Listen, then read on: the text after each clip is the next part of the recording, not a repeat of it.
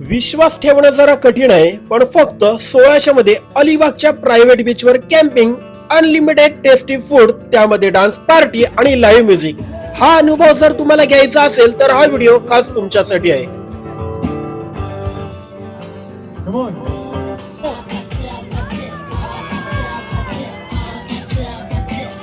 तर मित्रांनो, मी जे ठिकाण तुम्हाला सांगणार आहे ते म्हणजे कॅम्पिंग टेल्स, जे आहे अलिबाग मध्ये. तर चला तुम्हाला या ठिकाणी कसे जायचे ते सांगतो. तर सुरुवातीला तुम्हाला मुंबईतील CSMT म्हणजे छत्रपती शिवाजी महाराज स्टेशनवर उतरायचे आहे आणि इकडे उतरून तुम्हाला गेटवे ऑफ इंडिया करता बस किंवा टॅक्सी करायची आहे.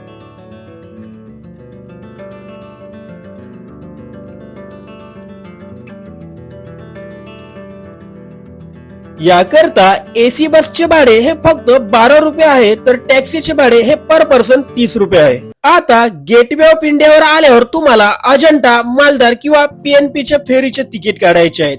यामध्ये मालदार फेरीचे तिकीट हे स्वस्त आहेत.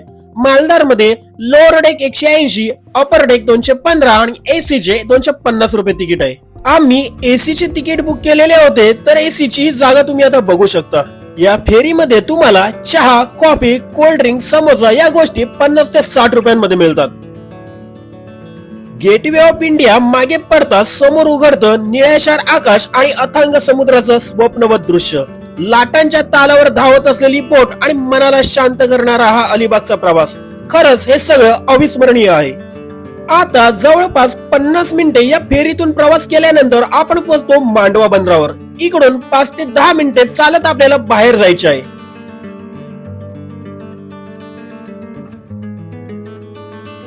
आता बाहेर आल्यावर इकडे अलिबागला जाण्यासाठी बस किंवा टॅक्सी सेवा उपलब्ध असते.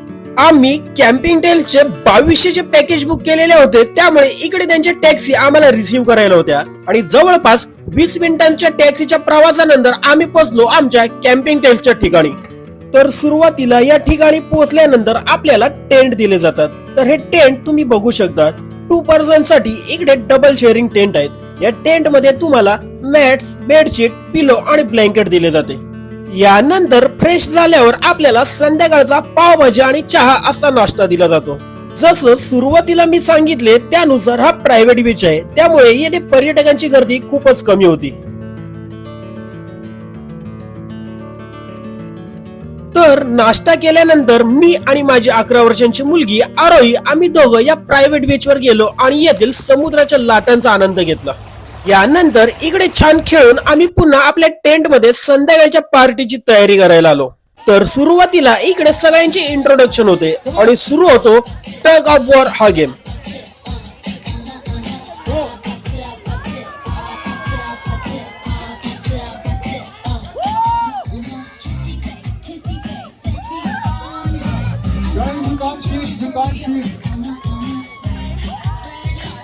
आता टग ऑफ वॉर झाल्यानंतर सुरू होते डान्स पार्टी. तुम्ही बघू शकता की सगळे किती बेधून धावून डान्स करत आहेत. आता जवळपास 9:30च्या दरम्यान इकडे जेवण चालू होतं. यामध्ये व्हेज आणि नॉन व्हेज साठी अनलिमिटेड बुफे पद्धतीने जेवण चालू होतं. यानंतर ज्या लाईव्ह म्युझिक शो ची सगळे वाट बघत होते तो शो सुरू झाला.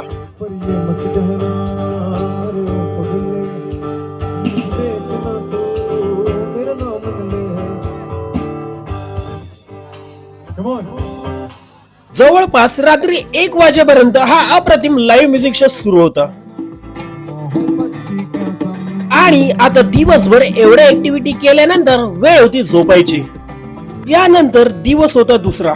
सकाळी उठून फ्रेश होऊन कांदे पोहे आणि चहा हा नाश्ता करून आम्ही सनराईज बघायला पुन्हा बीचवर गेलो आणि छानशा आठवणी सोबत घेऊन पुन्हा 10च्या दरम्यान निघालो आपल्या परतीच्या प्रवासाला.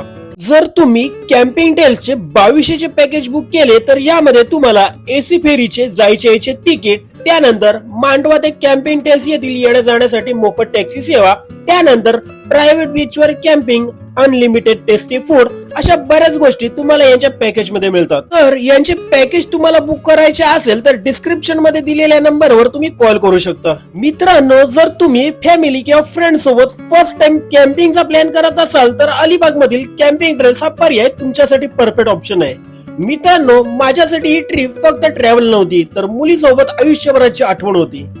तर मित्रांनो, हा व्हिडिओ तुम्हाला आवडला असल्यास व्हिडिओला लाईक करून व्हिडिओ आपल्या मित्र परिवारामध्ये नक्की शेअर करा आणि हो, आपल्या सागरू या युट्यूब चॅनलला सबस्क्राईब करायला विसरू नका.